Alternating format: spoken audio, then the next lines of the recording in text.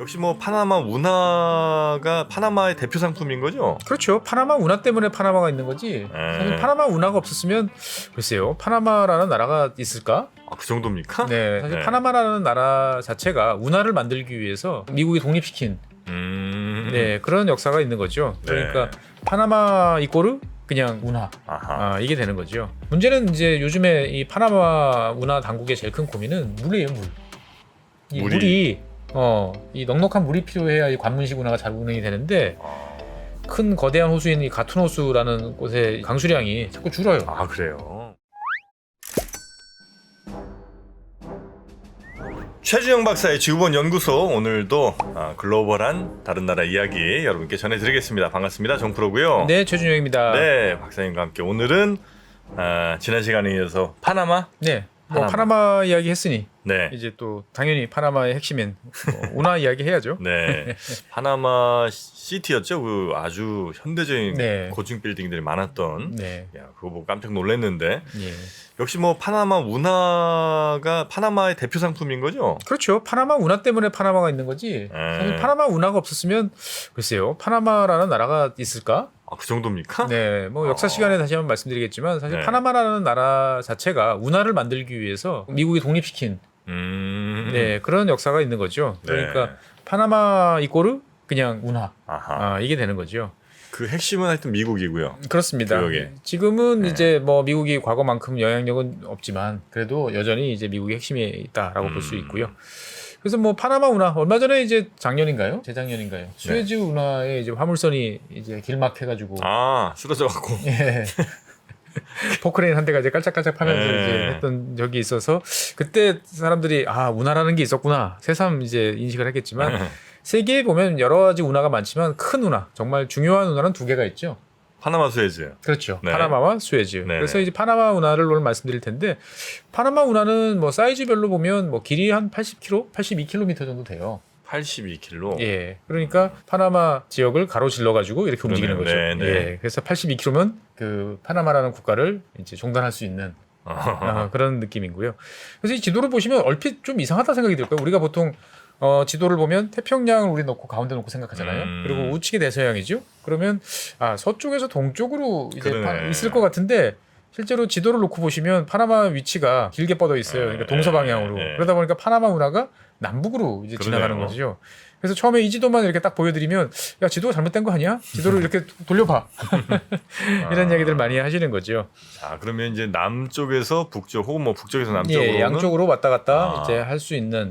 그 82km라고 하지만 그 안에 뭐가 호수 같은 것도 되게 크게 있는 것 같고요. 예, 이 호수가 이제 사실 핵심입니다. 저 호수가 해발 26m 있어요. 26m. 예, 그러니까 이를테면 지금 여기 파나마라고 써 있는 글자 쪽, 파나마 시티 있는 쪽에서 이제 들어와서 배들이 이제 여기 호수까지 올라갔다가 다시 내려가는 거예요. 쉽게 말씀드리면. 배가 근데 그렇게 막 올라갔다 내려왔다가 되나요? 배가 오르려면 예전에 우리 10년쯤 전에 한반도 대운하 관련해서 이제 많이 이야기 나왔을 때 그때 떠올려 보시면 기억나시죠? 배가 들어오면 문을 닫고 물을 채워서 뛰어 올린 다음에 앞으로 간다. 그렇게 하려면 근데 되게 시간 오래 걸리겠네요? 그렇죠. 그래서 이 수에즈 운하 같은 경우도 사실 이제 좁기 때문에 이제 시간이 꽤 걸리는 편이고 파나마 운하 같은 경우는 26m까지 올라갈 때 3단계, 한 번, 두 번, 세 번 이렇게 해야 이제 호수에 도착하고 그럼 내려갈 때는 그냥 가느냐? 거기도 같이 한 번, 두 번, 세 번 해야 되는 거죠. 그러면 그게 통행료 엄청 받아야 될 것 같은데. 비싸죠. 예, 비싼데 그래서 저 위에 있는 이제 거대한 호수로 보이는 데가 이제 가툰이라는 이름의 호수입니다. 가툰 호수인데 저 호수가 어떻게 보면 수에즈 운하의 핵심이에요. 물 채우는 그 물을 이제 공급해주는. 예. 그렇겠군요. 그래서 정프로님 말씀하신 대로 그냥 통과 시간만 따져도 8시간에서 10시간. 저기 80km 가는데? 네. 근데 이제 이거는 그냥 순수하게 딱 진입해가지고 이제 다 들어오세요 해서 나갈 때까지 걸리는 시간이고 통로가 제한돼 있기 때문에 기다리는 시간도 많아요. 그래가지고 뭐 24시간 이상 이제 대기하는 경우도 많고 며칠씩 대기하는 경우도 종종 있습니다. 그러니까 이제 속도가 느린 이유는 당연히 물을 채우고. 그러니까요. 예, 물을 채우는데 시간 걸리고. 그다음에 물 빼는데도 또 시간이 걸리는 거죠 보면은. 시원하게 뚫어버리면 안 됩니까 저기 그냥? 예전에 이제 그런 생각을 했죠. 그 수에즈 운하를 뚫었던 이제 영웅 리셉스가 이제 이 파나마 운하도 수에즈 운하처럼 이 평면으로 뚫겠다라고 하다가 이제 계피를 보고 계피를 봤어요? 예, 계피 보고 시도를 했군요. 예, 그러고 수십만 명의 주머니를 탈탈 털어서 예, 거짓골로 만들어 놓고 이제 포기했던 게 이제 파나마 운하입니다. 아, 그렇습니까? 예, 야, 근데 그렇게 지금 기술로도 못 하나? 쉽지 않습니다. 아. 예, 이 땅 파는 거는 예나 지금이나 사실 비슷해요. 네. 하여튼 이걸로 이제 파나마는 돈을 꽤 그래도 짭짤하게 예. 벌고 있는 거죠? 짭짤하게 번다라고 그러는데 얼마 좀 벌 것 같으세요? 아, 이 운하로 통행료로 네. 뭐 감이 안 오네. 전혀 안 오네요. 전혀 감이 안 오죠. 1년에 뭐 이제 경기 변동에 따라 좀 다른데 네. 한 30억 달러? 30억 달러? 예. 한 4조쯤 되네요. 4조쯤 되는 거죠, 보면은. 그러니까 많다면 많은 건데 생각해보면 4조. 그 명성에 비해서 4조 원?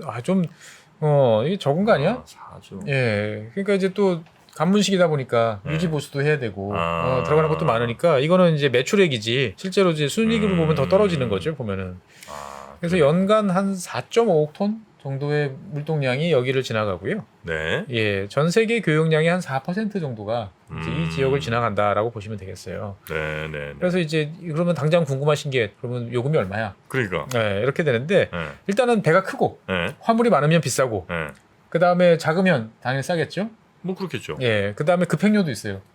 급행료? 예. 아, 그래요? 네, 난 저기 또 지금 급한 화물인데 어. 나 돈 부르는 대로 내고 갈 테니까 아. 그러면 나 앞에 좀 끼워줘. 아. 네, 이렇게도 될 수 있는데 네. 현재까지 단일 배가 제일 많이 낸 거는 2010년도 이제 노르웨이 펄이라는 이름의 이제 유람선이 파나마 운하를 지나갈 때 유람선? 예, 배가 크잖아요. 유람선 크죠. 예, 37만 5,600달러를 낸 게 이제 지금 제일 비싼 한 척이 낸 비용치고는 제일 7만 달러. 예. 아, 그러니까 한 뭐 4, 아홉. 5억쯤 되는 거죠. 이제 예. 보면 예, 그렇게 되는 거고 제일 싼 거는 그럼 얼마냐? 네. 이 운하에서 제일 싼 요금을 기록한 것은 이 배가 아니고 네. 항상 사람이에요. 꼭 이런 운하 생기면 수영해서 지나가겠다고 나서는 분들이 계십니다. 아, 이 운하를 수영으로? 예. 그러면 이 사람도 지나가려면 이제 도크에 물 채워서 이렇게 같이 올라가요. 그래서 1928년 이제 운하가 개통된 지 얼마 안 된 1928년에 리처드 할리버튼이라는 사람이 네. 수영으로 이 파나마 운하를 지나갔습니다. 그래서 당시 이제 납부한 요금이 통행료가 36센트. 아. 그러니까 현재 요금으로 환산해 보면 한 5.56달러. 낼만 그러니까 하네. 한 뭐 돈만 원 좀 안 되는. 예. 여러분들도 한번 네. 도전. 아, 근데 사람 이거 지금은 안 해주겠죠, 뭐. 지금은 아마 안 될 것 같아요. 예.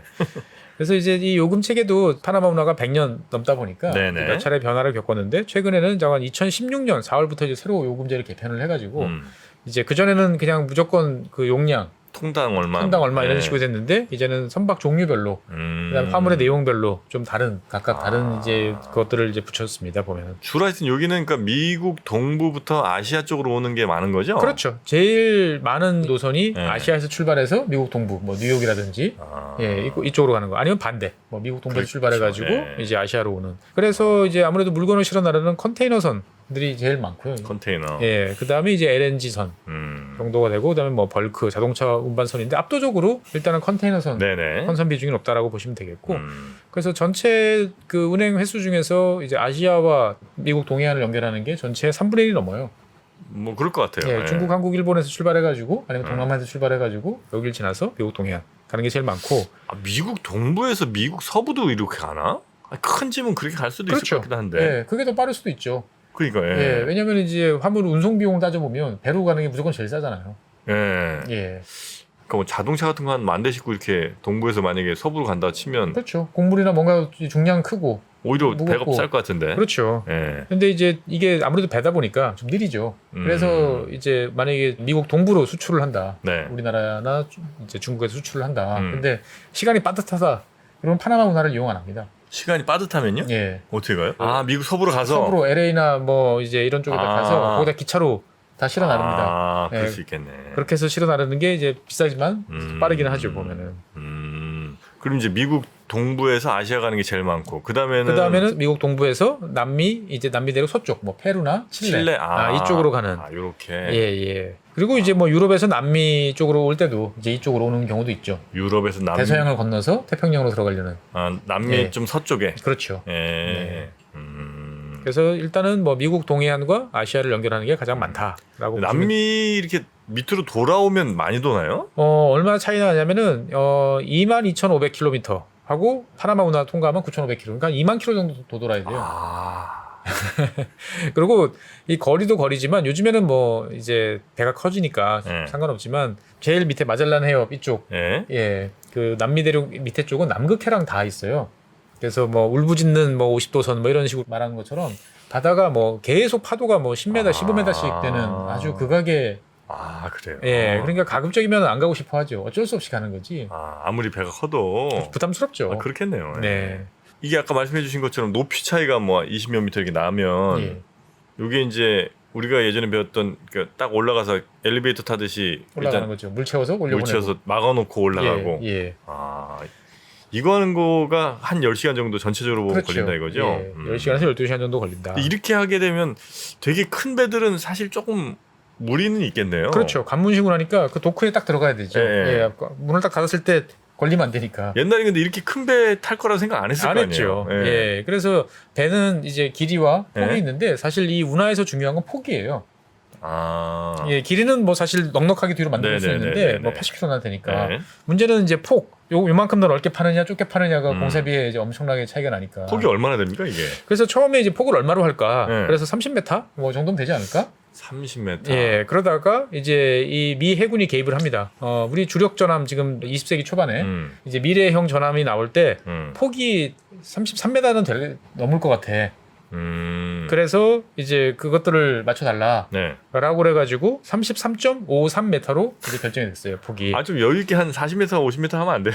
돈이 한두 푼 드는 게 아니죠. 터널 공사 때 1cm, 2cm 차이가 또. 그래요? 예, 땅 파는 거는 무조건 이 폭이 작아야. 야. 길이는 어차피 어쩔 수 없는 거고. 그래도 이렇게 빡빡하게 하면 그렇죠. 그러다 보니까 이제 이런 네. 전설의 사진들이 이제 가끔 보이는 거죠. 이게 뭐예요? 이게 이제 미 해군의 이제 2차 세계대전 때 쓰던 그 주력 전함이죠. 네. 이제 배틀쉽 아이오와 함인데 폭이 32.97m예요. 33m네 그냥. 그렇죠. 네. 그러면 양쪽에 이제 몇 cm 남는 거예요. 한 20cm씩 남는 거네. 그렇죠. 이제 이만한 배가 이런 식으로 정말 빠듯하게 들어가는 거죠. 보면은. 아유, 예. 저거는 안 되겠다. 저거는 그래서 이 배를 아이오와급 전함을 집어넣는 게 이제 당시에는 목표였어요. 예. 그래서 이 실제로 지나갈 때 보면 양쪽에 보면은 정말 몇 cm 남겨놓고 가는 거죠. 그러니까 배가 알아서 가라고 그러면은 당연히 부딪히죠. 그렇겠죠. 그러면 이제 양쪽에 지금 화면 양쪽에 보이는 이제 이런 예인차 뭐 이런 차들 그다음에 뒤에서 예인선 밀고 끌고 해가지고 조심조심 꽉 맞춰서 가는 거죠 보면. 야. 근데 하여튼 폭을 그냥 좀 시원하게 50m 이렇게 하는 거는 굉장히 공사비가 많이 든다 이거죠. 그렇죠. 그래서 이제 2차 세계대전 때 미국 전함들 특징이 좀 길어요. 원래는 이 전함 같이 몇만 톤씩 되는 배들은 네네. 약간 좀 넙대대해야 이 안정성이 좋거든요. 근데 저것 때문에 저것 좀... 때문에 있는 거예요. 만약에 미국 입장에서 봤을 때 폭 40m로 해버려 그냥. 그러면은 이 대서양 전선에 있던 배를 태평양으로 보내려면 2만 킬로를 지구 반바퀴를 돌아가야 돼요 보면은. 네. 그러니까 이제 저렇게 했던 거죠. 그래서 이제 뭐 해운업 관련자들은 잘 아시겠지만 이제 해운 관계에서 이제 선박 크기를 이야기할 때 네. 이 파나막스 뭐 이런 말이 있죠. 파나막스. 파나마 운하에 풀 사이즈로 그게 할 수 있는 그게 파나맥스 겁니다. 규격이 또 그렇게 있어요. 예, 그래서 선폭이 폭이죠. 폭이 32.2m. 그다음에 만재했을 때 홀수선이 12m 정도 이제 딱 요 파나마 운하의 규격에 맞추는 거죠. 네네네. 그러다 보니까 이제 사이즈가 그렇게 크진 않아요. 일반 벌크선 기준으로 보면 한 6만 톤에서 7만 톤. 그럼 그보다 큰 배들은 여기 못 가요? 그렇죠. 모래 못 갔죠.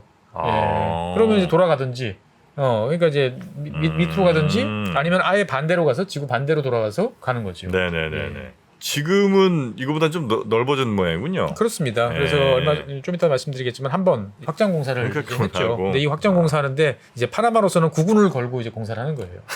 그래서 국민투표에 붙여서 이거 비용 이만큼 투자해도 되겠냐. 나중에 딴소리하기 없기. 라고 해서 국민 투표까지 해서 결국은 이제 확장을 얼마 전에 마무리했죠. 그렇습니까? 예. 그럼 이제 관문 형식이라고 아까 말씀해 주셨으니까 아까 그 호수에서 물 이렇게 막 그것도 빨리 돼야 될 거 아니에요? 그렇죠. 그러니까 이제 물 빨리 되는 것들은 뭐 펌프를 대든지 아니면 중력의 힘으로 인해서 뭐 하면 되는데 문제는 이제 요즘에 이 파나마 운하 당국의 제일 큰 고민은 물이에요, 물.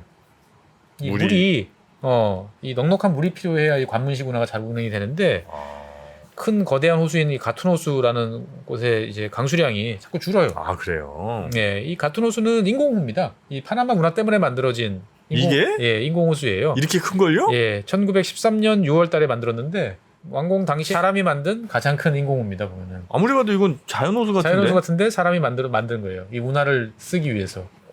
그래요. 예, 그래서 어떻게 보면 참 100년 전에 사람들이 머리가 대단했던 거죠. 저 위에다가 산 꼭대기에다가 호수를 만들고 그 물을 내려보내서 채워서 간다. 저 큰 호수를? 예. 예, 그래요. 그렇죠. 그러니까 원래 이제 흐르던 강들을 막은 거니까. 원래 있던 강들이 예, 있었고. 물이 흐르던 지역을 이제 막은 거고. 그래서 지금 보는 저 호수 크기는 예전에보다 훨씬 이제 커진 거겠군요. 커진 거죠. 예. 그래서 이 보통 도크를 하나 채우는데 그러면 뭐 얼마나 물이 들어가느냐? 그러면은 10만 입방미터. 그러니까 뭐 10만 톤씩 들어간다고 보시면 돼요. 예. 근데 배들이 많아지고 네. 그러면은 쓸 물이 많아지는 거죠. 근데 이제 저 같은 호수 같은 경우는 이제 담수호잖아요, 기본적으로. 그러니까 뭐 발전도 하기도 좋고, 그다음에 농업용수도 좋고, 그다음에 파나마 인구도 증가하니까 식수양도 증가하고. 네네네. 그러니까 이제 예전에는 운하만 돌리던 저 호수에서 이제 여러 용도 쓰다 보니까 물이 자꾸 부족해지는 그런 문제가 생기고, 무엇보다도 이제 강수량이 자꾸 줄어요. 여기가 네네네. 강수량이 넉넉해가지고 사실 이런 컨셉을 만들었는데 2020년부터는 이제 물 사용료를 별도로 받습니다. 네. 물 사용료? 예, 큰 배들은 길이가 일정 수준을 넘어가는 배들은 원래 기존의 그 운하 통과 요금 플러스 $10,000 더 추가 뭐 이런 식으로 가는 거고요. 네네. 만약에 이제 가뭄이 심해진다, 그럼 요금이 더 올라가요. 예, 그리고 이제 건기와 우기로 나눠지잖아요. 이 지역은. 네네. 그래서 건기 때는 요즘에 이제 예약을 줄여서 받고 있어요. 그러다 보니까 이제 파나마 입장에서 봤을 때는 고민이 많이 되는 거죠. 뭐 그렇겠네요. 그러니까 기후 변화의 영향이라는 게 이제 이런 식으로 다양하게 영향을 미치는 거죠. 네. 그래서 이제 이게 한 8시간에서 10시간. 이건 잘 갔을 때 예, 얘기고. 예.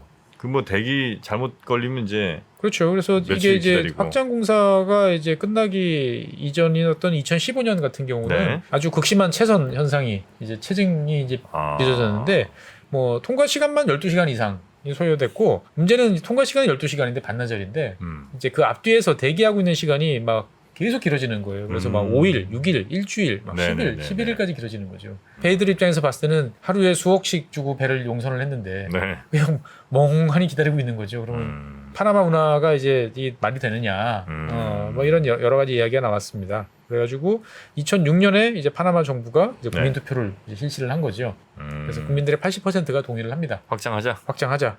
그래서 2007년 이제 9월부터 이제 확장을 하는데 기존 운하를 넓히는 게 아니고 옆에다가 새 운하를 하나 더 놓는 거죠. 이제 더 넓은 폭이 지나갈 수 있도록. 그래요? 예. 기존 운하를 건드리면 그 사이에 돈을 못 벌잖아요. 그렇죠. 공사도 훨씬 어렵고. 그러니까 옆쪽에다가 더 큰 관문, 더 큰 배가 다닐 수 있는 차로를 하나 더 냈다. 라고 이제 보시면 되겠죠. 관문 크기가 한 50% 가까이 이렇게 커지는 사이즈다 보니까 길이가 한 336m까지 되고. 한 척당. 예. 그다음에 폭도 이제 49m까지 이제 증가합니다. 그러니까 이제 더 이상 33m 맞추려고 그렇게 가는 게 아니고 그거보다 이제 한참 넓어도 이제 다닐 수 있도록 이제 된 거죠. 차선이 하나 더 생기다 보니까 아무래도 정체도 이제 줄고 그래서 하루에 원래 40척 정도 통과하는데 한 80척 가까이 이제 늘어났고. 하긴 왔다 갔다도 가능하겠네요, 그럼. 예. 그래서 이제 무엇보다도 컨테이너선 같은 경우가 요즘에는 뭐 10,000 TU가 넘는 게 이제 되게 많은데 그 전까지는 이제 5,000, 6,000 정도가 이제 맥시멈이었으면 이제는 13,000 정도까지 이제 갈 수가 있는 거고, 뭐 벌크선 같은 경우도 17만 톤, 네. 이제 큰 배들도 이제 지나갈 수 있게 된 거죠. 그래서 이제 파나마 정부 입장에서 봤을 때는 이거를 이제 딱 파나마 운하 개통 100주년에 맞춰가지고 2014년 10월에 딱 개통하고 멋있게 하려고 그랬는데, 그건 놓쳤고, 예, 뭐 공사비 문제, 그 다음에 이제 하다 보니 물이 새고 뭐 등등 해가지고 2016년 6월달에 이제 개통을 했습니다. 그러니까 지금으로부터 한 7년쯤 전에 이제 개통을 한 셈이죠, 보면은. 어쨌든 뭐 수입도 좀 늘어났겠네요. 그렇죠. 이렇게. 수입도 늘어났지만 막대한 돈을 이제 투자를 했고 그 수익을 이제 운하 수입료로 계속 회수를 이제 해 나가는 이런 상태인 거죠. 그래서 이제 파나마 운하 같은 경우는 어떻게 보면 세계에서 수에즈 운하와 더불어서 양대축인데 고민도 많습니다.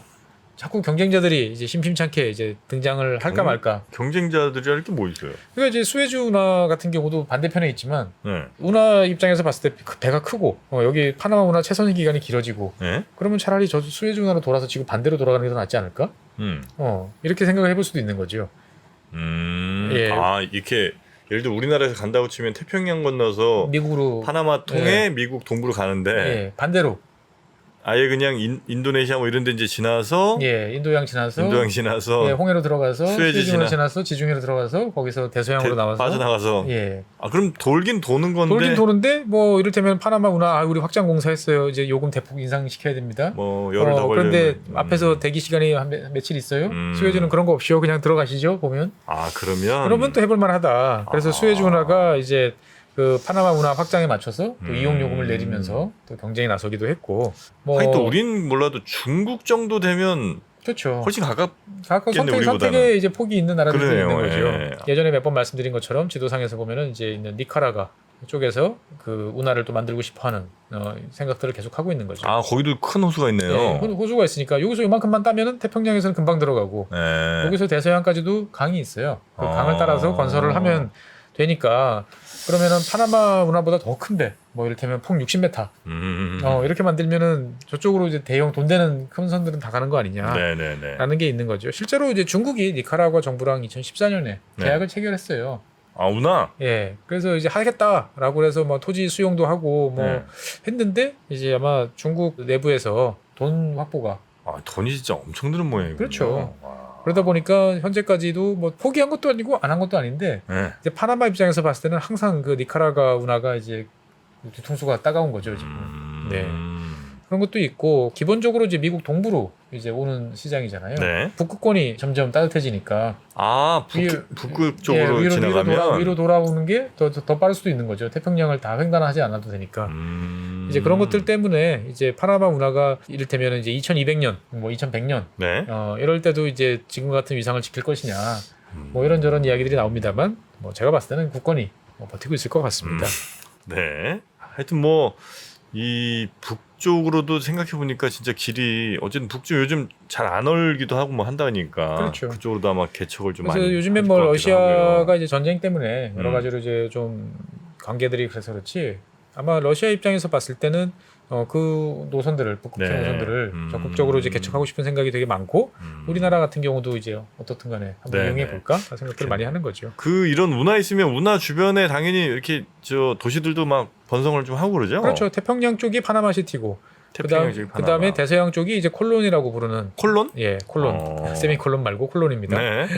예, 콜론이라는 곳이 이제 있습니다. 그래서 콜론 같은 경우는 이제 파나마 시티에서 북쪽으로 80km. 그럼 별로 안 먼데 생각하는데 실제로 보면 국토의 반대편에 있는 거죠. 예. 이제 카리브해 쪽에 이제 위치하고 있는 이제 이런 곳인데 이제 콜론 지역에 이제 자유무역지대를 설치를 했어요. 운하를 끼고 네네네. 어차피 운하라는 게 다 짐을 나르는데 그렇겠죠. 그렇죠. 그러면은 그 중간에 짐도 좀 보관해야 되고 네. 창고도 있으면 더 낫지 않겠냐? 그래가지고 이 지역을 파나마 정부가 자유무역지대로 만들었어요. 그래서 사이즈가 되게 커서 사이즈로만 보면 싱가포르 다음이다. 아 그래요? 예, 정도로 이제 매우 이제 큰 지역이고 우리나라 같은 경우도 이제 주로 전자회사들, 네. 예, 삼성전자라든지 LG전자 이런 대기업들이 이 지역을 이제 중남미 지역 물류 거점으로 삼는 거죠. 일단 여기다 갖다 놓고, 네. 예, 그다음에 여기서 뭐 배달하기 쉬우니까. 이쪽으로 갈 거냐, 이쪽으로 갈 거냐, 예, 그때 맞춰서 바로바로 대응할 수 있으니까. 그래서 우리나라 대기업들도 이제 중남미 물류 거점으로 이용을 이제 하고 있고, 그래서 뭐 수출액 같은 경우는 한 200억 달러 네. 정도가 됩니다. 이 지역에서 이제 주변 국가로 수출되는. 적지 않네요. 적지 않죠. 네. 근데 이제 여기는 이제 자유무역지대다 보니까 세금이 없어요. 그럼 도대체 자유무역지대 만들어서 뭘로 돈 버냐? 그럼 이제 일자리 만들고, 그 다음에 이제 각종 그 수수료, 이제 물류 창고라든지 뭐 이런 그렇죠. 운반하고 그러면 네. 그런 수수료가 이제 주 수입원인데, 네. 그래서 이제 파나마 정부는 꽤 공을 많이 들이고 있어요. 이 콜론 자유무역지대. 그래서 뭐 재산세 같은 경우도 10년 면제. 아 여기에 이제 예. 유치된 기업들. 예. 그 다음에 뭐 관세 당연히 면제죠. 그 다음에 수출입세 당연히 없고, 음. 그 다음에 뭐 소득 배당 뭐 이런 거에 대한 소득세 배당세도 다 없습니다. 예. 그러니까 이제 본사를 저기에 두고 있으면 네네. 상당히 괜찮겠다라고 이제 생각을 하는데 이런 이제 기대와 달리 한 최근 몇 년간 좀 이 콜론 자유무역지대가 좀 어렵기도 했었습니다. 왜냐면 어려울 게 뭐 있어요? 인접한 나라 이제 그 파나마의 어떻게 보면 뿌리에 해당한다고 할 수 있는 콜롬비아하고 사이가 좀 안 좋았어요. 그러니까 파나마면 이쪽이 이제 콜롬비아죠. 메데인이라고 써 있는 이쪽이. 예. 그래서 원래 파나마는 이 지역에서 이제 신발, 섬유 이런 걸 만들어 가지고 이제 콜롬비아, 뭐 코스타리카, 베네수엘라 네. 이런 데 많이 수출을 했는데 이제 콜롬비아가 야, 너희들 그렇게 관세도 안 받고 뭐 안 하고 낮은 비용으로 우리 시장을 다 잠식하면 어떡하냐. 그래 가지고 이제 관세를 확 올려버립니다. 한 10%를 이제 부과를 해버려요. 아. 그러니까 파나마도 그러면 우리도 맞불러야지. 그래가지고 콜롬비아부터 수입되는 이제 주로 많이 수입되는 게 꽃, 그다음에 시멘트, 뭐 유연탄 이런 거에 대해서 15%에서 30%까지 또 보복 관세를 네네. 거죠. 사실 자유무역지대라는 게 관세가 없고 네. 잘 돌아가야 사람들이 투자도 하고 일을 하는 건데 이렇게 삐걱거리면 거기 가서 굳이 일을 할 필요가 없는 거죠 보면은. 그 좀 약간 뻐그러졌어요. 그래서 2013년부터 이게 네. 한 6년간 이어졌어요. 2019년까지. 무역 갈등 같은 예. 게. 그러면서 이제 이 콜론 지역의 어떻게 보면 주 시장 중에 하나가 콜롬비아인데 네. 그쪽 지역하고 관계가 안 좋아지니까 당연히 매출도 안 나오고 관계도 안 좋아지고 그래서 상당히 좀 어려움을 많이 이제 겪기도 했다라는 네, 말씀드리고 네, 네. 싶고요. 그래서 이렇게만 말씀드리면 파나마는 철저하게 이제 운하로 먹고 사는구나. 그래 보이네요. 라고 생각하지만 네. 사실은 이제 운하가 꽤 중요한 역할은 하지만 네. 먹고 사는 문제는 또 다른 것들도 많이 있죠. 아, 운하 말고 또 있어요? 일단은 첫 시간에 말씀드렸지만 파나마는 이제 이 중미 지역, 뭐 중남미 지역을 아우르는 이제 금융 중심지죠. 그래서 뭐 은행만 해도 한 80개 이상 세계적인 은행들이 들어가가지고 네. 여기서 이제 영업을 하고 있고 금융 산업이 전체 GDP에서 차지하는 비중이 한 8%니까 상당히 높은 거죠. 보면. 그러네요. 예, 상당히 높고 그래서 이 파나마 같은 경우는 자본시장이 완전 자유화돼 있어요.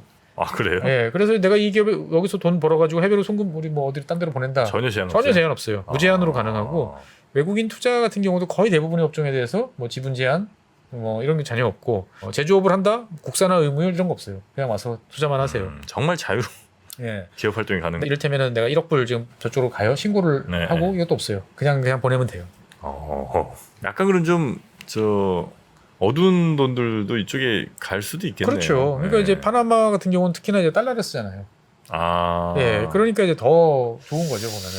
아, 그러네요. 그래서 이제 2014년부터 이제 국제 자금 세탁 방지 기구라는 이제 국제 기구가 있는데 여기서 이제 너희들 문제 있는 아리까리의 회색이야라고 해가지고 파나마 정부가 발칵 뒤집혀가지고 네. 투명성 제고 작업들을 많이 했어요.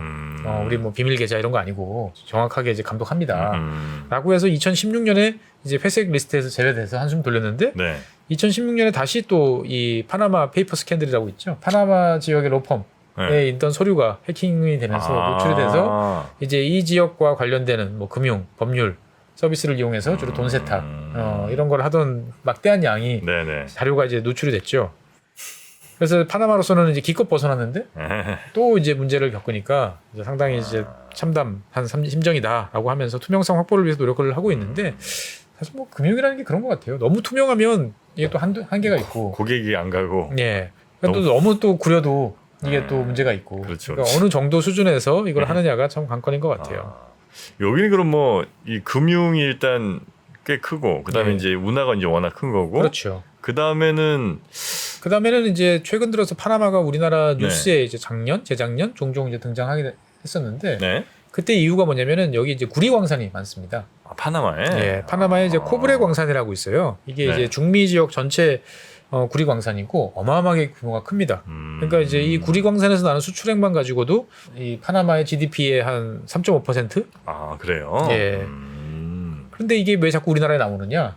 이 코브레 광산의 10% 지분의 10%를 우리나라 그 한국 광해광업공단 옛날 광업공사 우리나라 갖고 있어요? 우리나라가 가지고 있어요. 아, 우리나라 기업이. 예, 그래서 과거에 이제 그 해외 자원 개발 네. 이런 거 했을 때 투자를 해놨던 거예요. 아. 근데 이제 뭐 해외 자원 개발 다 실패다, 다 거짓말이다. 그래서 다 팔아야 된다. 라고 그래가지고 이제 뭐 석유도 팔고 뭐도 팔고 막 했는데 네. 이제 이거를 코브레 광산이 이제 막 돈을 벌기 시작을 했거든요. 네. 근데 그리고 이제 구리값이 어마어마하게 뛰었었어요. 네. 이걸 왜 팔어? 네. 라고 해가지고 또 국회에서 또 이걸 왜 파느냐고 또 한바탕 또 난리가 났었죠. 보면은 이 코브레 광산은 90%는 캐나다 회사가 소유를 하고 있어요. 퍼스트 퀀텀 미네랄이라는 회사가 네네. 소유를 하고 있고 그다음에 10%는 우리나라 공기업이 소유를 하고 있는데 이 캐나다 회사를 엄밀히 잘 뜯어보면 사실은 캐나다 회사지만 그 안에는 중국 회사예요. 아, 그래요? 중국 국유기업인 이제 장시동업이라는 이제 그 국유기업이 이제 일대 주주예요. 18.35%를 보유한. 껍데기만 캐나다 쓰고 들어온 거군요. 그렇죠. 뭐 그렇게 볼 수 있는데 뭐 어떻든 간에 세계적으로 이제 유명한 그 구리 광산이고 우리도 10% 갖고 있으니까 네네네. 이제 지분도 받고 뭐 그럼 좋다. 이렇게 생각하는데 이게 참 쉽지 않은 게 최근 들어서 이 가동을 중단했어요. 광산이 왜요? 네. 파나마 정부하고 그다음에 이 뭐 대주주인 이제 퍼스트 퀀텀 미네랄하고 이 로열티를 얼마를 줘야 되느냐를 두고 다툼이 벌어졌어요. 이거 다 미리 정하고 가는 거 아니에요? 그렇죠. 근데 미리 정했죠. 네. 미리 정해서 이제 뭐 한 1.5% 뭐 네. 이 정도 뭐 그래 하자라고 음. 했는데 항상 이제 이런 사업에 있어서 가장 큰 리스크는 정치적 리스크죠. 뭐 좀 파나마 선거를 하면서 대통령으로 새로 된 양반이 공약 사항 중에 하나가 야 우리 자원을 저렇게 헐값으로 내면 말이 돼? 나 10배 올릴게. 그래가지고 실제로 대통령 취임한 다음에 10배 인상안을 통보를 했어요. 그리고 너희들 돈 너무 많이 벌어가는데 소득세율 25% 적용. 원래 그런 세금 잘 없는데 아니에요 여기? 그렇죠. 그러니까 이 코브레 입장에서 봤을 때는 아니 뭐야 도대체 한다고 해서 약속 다 해놓고 그럼 우리도 가동 중단. 그러면 뭐 너희들도 돈 못 벌지. 이런 식으로 해가지고 작년 말에 이제 가동이 중단이 됐었어요. 그래서 아직까지 이제 뭐 타결이 됐다는 이야기는 제가 못 들어봤으니까 네네네. 아마 좀 분쟁이 있는 것 같습니다. 어쨌든 이제 구리 광산 같은 게 좀 있는 그래서 네. 그 자원 수출로도 어느 정도 좀 좋게 보면 괜찮은. 밸런스가 잘 맞잖아요. 콜론 자유무역지대는 이제 주로 임가공 형태의 제조업들 네. 있고 금융업도 꽤 크고 음. 광업도 있고 그 다음에 운하와 관련되는 여러 가지 서비스라든지 물류, 뭐 물류 이런 네, 것도 네. 있고 생각해 보면은 상당히 밸런스가 잘 맞는 그러네요. 그런 국가다라고 이제 볼 수도 있는 거죠. 특히 뭐 어느 한쪽으로 너무 몰빵되어 있지도 않은 그리고 운하 말고도 뭐 나쁘지 않은 포트폴리오가 또 있는. 그렇죠. 네. 그러니까 주식 투자도 이렇게 몰빵하지 말고. 네, 파나마. 네. 자, 이 파나마는 근데 처음에도 좀 말씀을 주셨습니다만 운하 때문에 만들어진 나라다. 그렇죠. 운하 때문에 만들어진 네. 나라예요. 운하 없었으면 파나마 없다. 뭐 이렇게 저는 생각합니다. 네. 그럼 과연 그 운하 만들 때는 어땠는지 네. 뭐 그런 이야기 포함해서 파나마의 지난 얘기들도 한번 들어보면 어떨까 싶은데요. 그렇습니다. 네. 파나마 역사. 파나마 역사는 뭐 운하의 역사죠. 자, 그럼 저희는 다음 시간에 파나마 운하 역사 한번 여러분께 전해드리도록 하겠습니다. 자, 오늘도 고생해주신 법무법인 율촌의 최준영 박사님 고맙습니다. 네, 감사합니다. 복잡하고 어렵게 느껴지는 재무제표와 용어들. 친절한 투자 멘토 사경인 마스터가 매주 새로운 콘텐츠로 알기 쉽게 설명해드립니다. 재무제표 분석과 포트폴리오 구성, 뭐 양대 재무제표라고 그러면 대차대조표랑 손익계산서가 있거든요. 매수 매도 방법, 이때 사는 게 좋겠네. 이렇게 사면 좋겠다. 근데 이렇게 살려면 뭘 해야 되냐면요. 나머지 3분의 1은 놔둬봅니다. 어디까지 가는지. 실전 투자 팁까지 알려드립니다. 오직 3프로 멤버십에서만 만나실 수 있습니다.